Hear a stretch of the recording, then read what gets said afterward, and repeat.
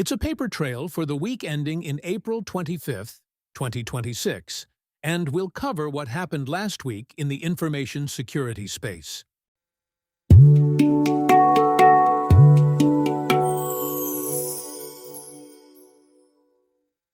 The bottom line. The perimeter that organizations think they're defending is no longer where the attacks are coming in. Three converging themes defined the week. A coordinated wave of supply chain attacks targeting tools companies trust by default. AI compressing the window between a vulnerability appearing and an adversary weaponizing it. And early signs that AI is shifting the asymmetry toward defenders, giving security teams an optimistic outlook. Taken together, these are not IT problems, but rather business continuity and governance problems. Last week, in review, a high-severity flaw in LM Deploy, an open-source toolkit used by AI developers to compress, deploy, and serve large language models, was under active exploitation in the wild fewer than 13 hours after its existence was publicly disclosed.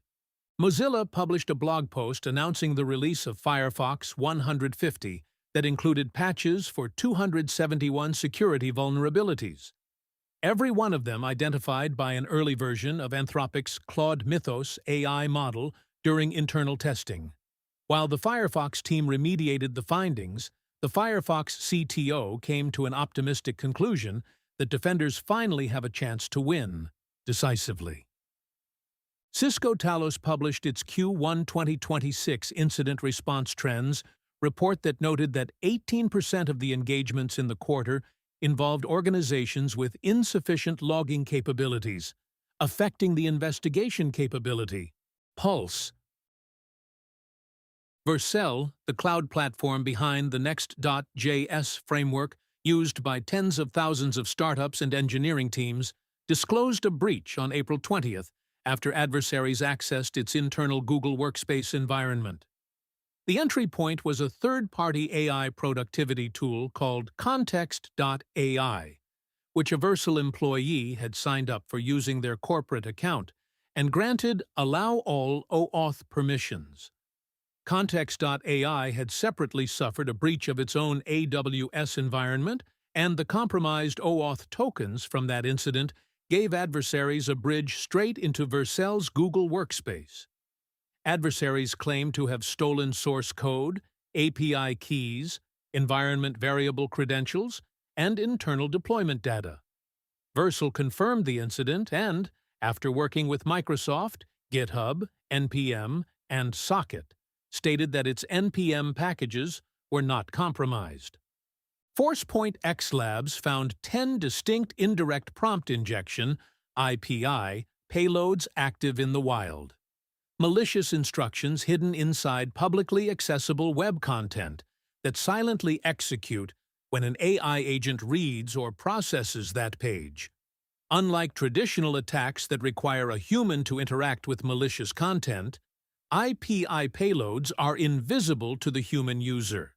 They sit in HTML comments, metadata fields, or body text, and automatically coerce AI agents into carrying out adversary instructions as a direct consequence of agents doing their jobs. Such attacks may affect agents that browse web pages, index content for RAG pipelines, process HTML metadata, and take autonomous actions, making them a high-impact target. Fix it, Frank. A supply chain attack compromised at Bitwarden/CLI version 2026.4.0 via a hijacked GitHub action, which allowed exfiltration of cloud credentials, CI/CD secrets, SSH keys, and AI API tokens to adversary-controlled infrastructure where Bitwarden CLI was in use. While Bitwarden's Vault and browser extensions were unaffected, the approximately 1.5-hour exposure window carried significant blast radius given approximately 250,000 monthly downloads, and the package's prevalent use in secrets. Injection pipelines. A single compromised developer machine can propagate access laterally across every pipeline those credentials can reach.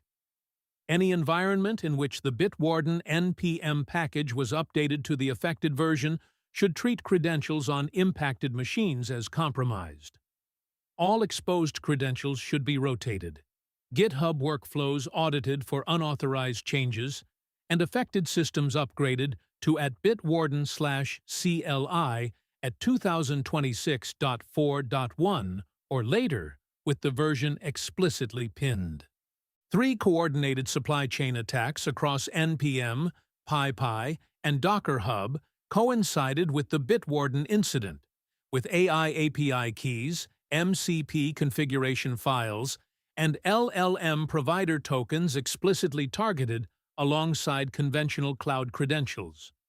A self-propagating credential worm in pgserve NPM autonomously re-injected and republished its payload across both NPM and PyPI ecosystems. Zinference on PyPI and Checkmarx's KICS Docker images and VS Code extensions carried identical credential stealing payloads the following day, the latter serving as a direct vector into the Bitwarden CLI compromise. Any environment that installed these packages during that window should treat all credentials as compromised and rotate immediately. The known C2 endpoint should be blocked at the proxy or DNS layer, and version pinning should be enforced across all CI/CD dependency installs.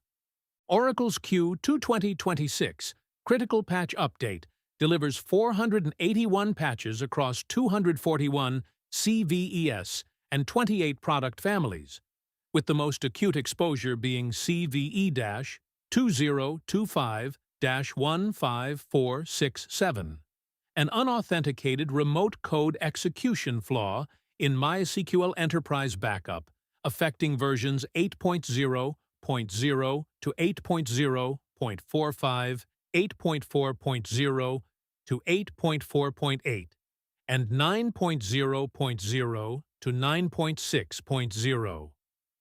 Oracle Communications received 139 patches, including 93 for remotely unauthenticated vulnerabilities, and 8 of 12 Java SE patches are remotely exploitable.